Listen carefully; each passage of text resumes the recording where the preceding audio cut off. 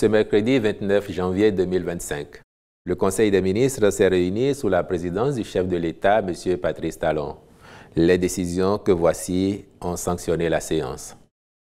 Au chapitre des mesures normatives, ont été adoptés les décrets portant transmission à l'Assemblée nationale pour examen et vote du projet de loi modifiant et complétant la loi numéro 2012-15 du 18 mars 2013, modifié et complété portant code de procédure pénale, puis approbation des statuts de l'Office national d'imprimerie et de presse, ONIP.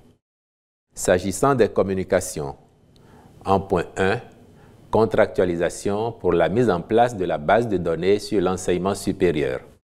La délégation au contrôle et à l'éthique dans l'enseignement supérieur a, entre autres attributions, l'évaluation des enseignants et chercheurs du sous-secteur de l'enseignement supérieur et de la recherche scientifique. À cet effet, elle a besoin d'informations et de données fiables lui permettant d'accomplir efficacement sa mission.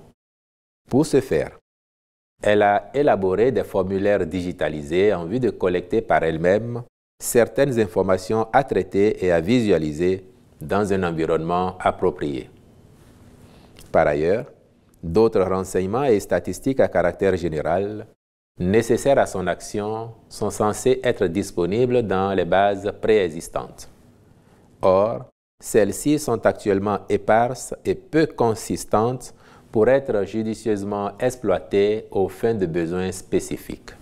D'où l'intérêt à disposer d'un outil permettant une automatisation de ces processus internes, une interopérabilité entre différentes structures et un accès en temps réel à des statistiques crédibles.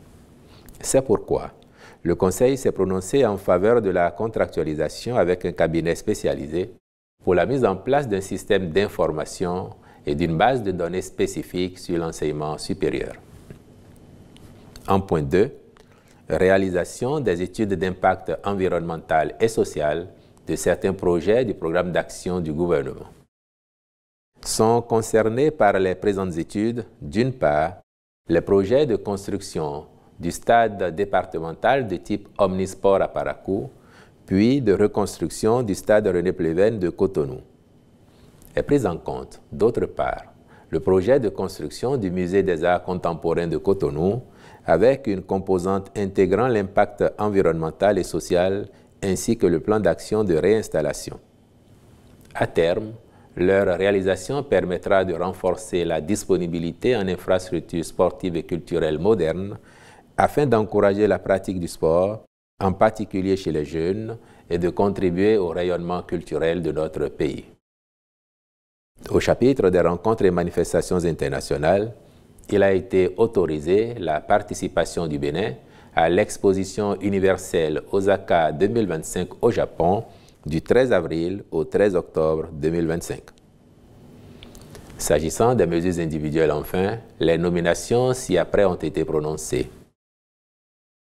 À la présidence de la République, secrétaire exécutif de l'Autorité de régulation des marchés publics, M. Ludovic Guédié, secrétaire exécutif du Conseil national de l'éducation, M. Chabi Clément Worou, au ministère du Cadre de vie et des Transports en charge du développement durable. Directeur général du Centre national de sécurité routière, M. Ariel Sacramento, je vous remercie.